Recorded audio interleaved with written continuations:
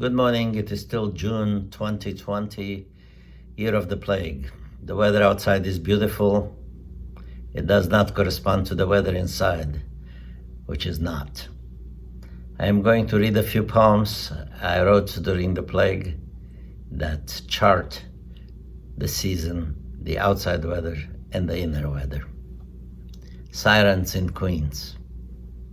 In exile in Thomas, Ovid wrote letters to Augustus about the painted natives and the brutal winters. There were physicians in the Lyceum in Thomas, a Greek seaport of vivid spectacles and goods. Augustus received Ovid's triste and ignored the poet's exaggerated plaints and sorrows and enjoyed his gloomy verse of the province. Rome was much safer without the amorous lech. Exiled to the Ozarks, I aroused pity in New York, the city, as its inhabitants called it, for its splendors. In the Ozarks, survivalists juggled snakes in caves. I had 2 caves, saw snakes. There was no doctor near.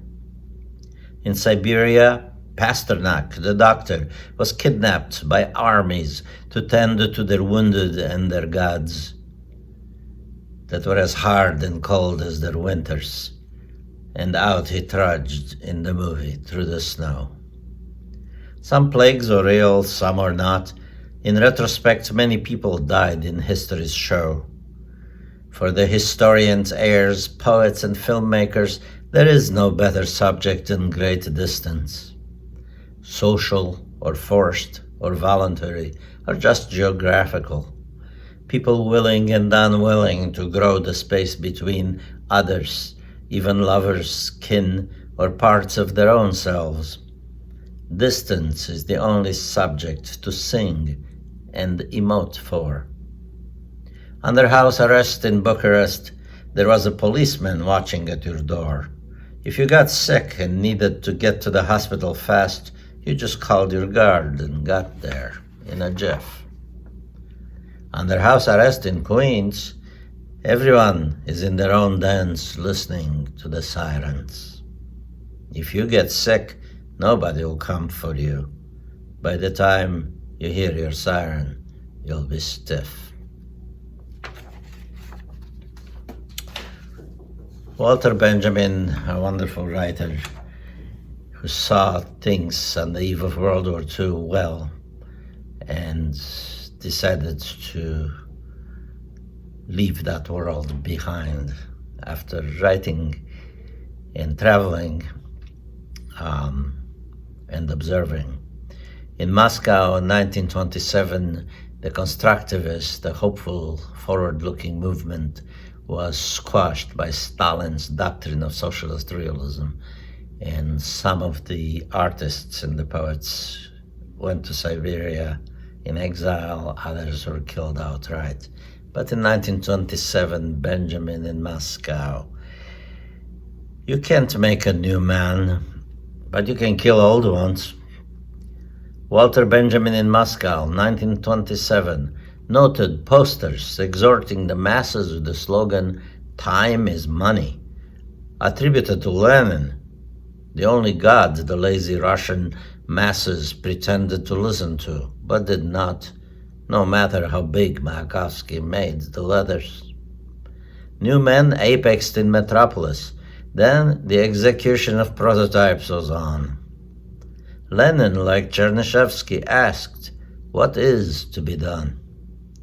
Tramways, sleds, steel factories, babies, breast milk, pioneers. Lenin and the new man capitalized themselves, even in this poem, thanks to their monster babies' spell check and autocorrect.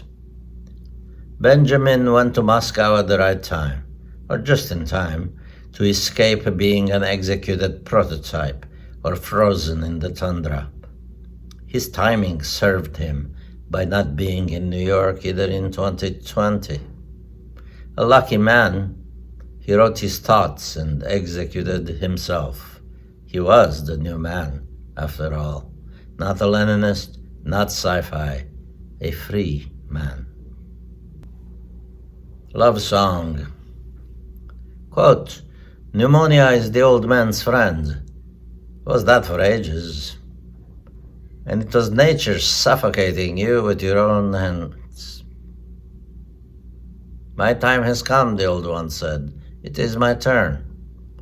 History is an uninterrupted row of disasters that kills with abandon and with rage generations. We rightly mourn the young, but in old age we know that the clock of the body quits keeping time.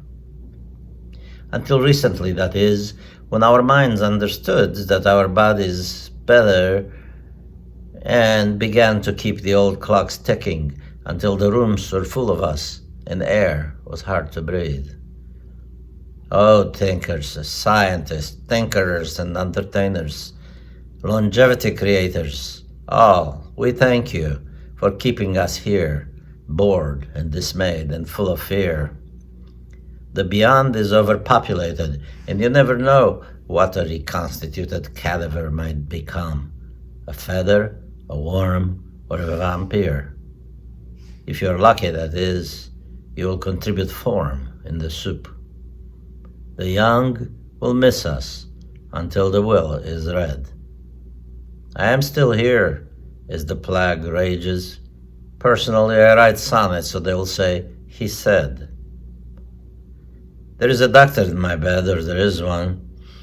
She hates my generation, but likes me for some reason. My generation was an ideology of naked, angry youth.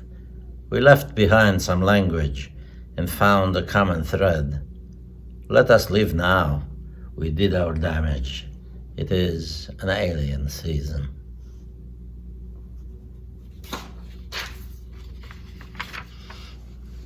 And in the same progression of time that is no time, sirens, rain in New York.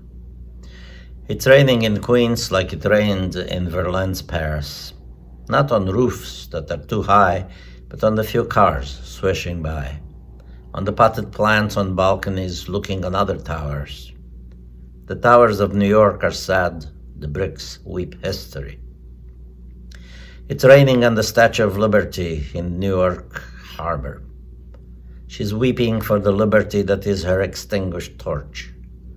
You can make out the spikes on her head lost in the fog. Two Emmas dancing there, Emma Lazarus and Emma Goldman. Imprisoned in our homes, if we have one, we wake to the news. The rich tested positive and are hiding on their islands. They left the masses in the desolate rain, forlorn and sick. Anger congeals a ball of iron that will make a dreadful sound. When we are free to roam again, to organize and chant, we'll have no more of their interest rates, money, thefts, liens. Erase them from the blackboard. List instead their crimes. We'll hang traitors from the lampposts on a gray, wet day like this. Nothing is more melancholy and more true than rain in Queens. This was written on 9/19/20, before the masses did go out and begin demonstrating and show their fists and their anger. Prophetic in that way that poems have, of knowing everything about 20 seconds before it happens.